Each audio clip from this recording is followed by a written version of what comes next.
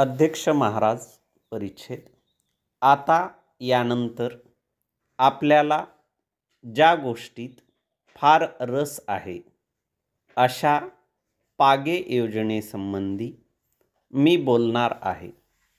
आपण निर्माण केलेली ही पागे योजना आता केवळ महाराष्ट्रातच नव्हे तर सर्व भारतात मान्य झालेली असून भारतातील इतर राज्यात देखील ही योजना अंशतः लागू करण्यात आलेली आहे. या योजनेसाठी पैशाची जास्त तरतूद करण्यात आली पाहिजे असे या योजनेबाबत सांगण्यात आले. ही योजना फारच चांगली आणि उपयुक्त योजना असून तिच्या अंमलबजावणीसाठी मी पैशाची अडचण येऊ देणार नाही. या योजनेचे महत्त्व जाणूनच महाराष्ट्र राज्याने या योजनेचा सर्वात आधी अंगीकार केला आहे.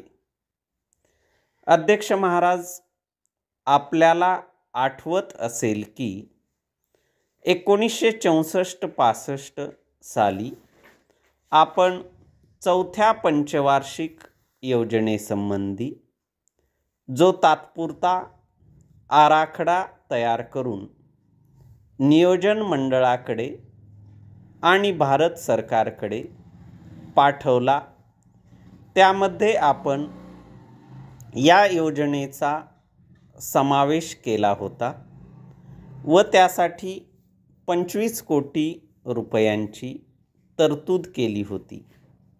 आपल्या हेही लक्षात असेल की या योजनेला त्यावेळी भारत सरकारात व अन्य राज्यात देखील कोणत्याच प्रकारचा पाठिंबा नव्हता. अर्थात या योजनेत काही उणिवा नसतील असे मला मुळीच सुचवावयाचे नाही.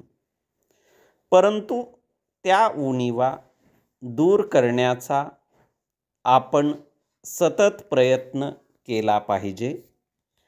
ही योजना प्रथमच पुढे आल्यानंतर भारताची पाकिस्तानशी लढाई सुरू झाली व त्या संदर्भात भारताचे त्यावेळचे पंतप्रधान कैलासवासी लालबहादूर शास्त्री यांचे या योजनेकडे लक्ष गेले व त्यांना या योजनेचे महत्त्व पुरेपूर पटले.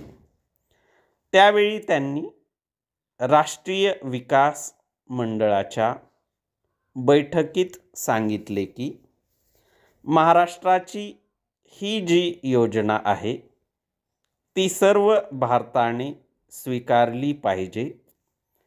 ही गोष्ट जेव्हा समोर आली तेव्हा मीच असा प्रस्ताव मांडला की या योजनेचे काम आपण पंतप्रधानांवर सोपवूया, कारण त्यावेळी या योजनेला बराच विरोध दिसून येत होता.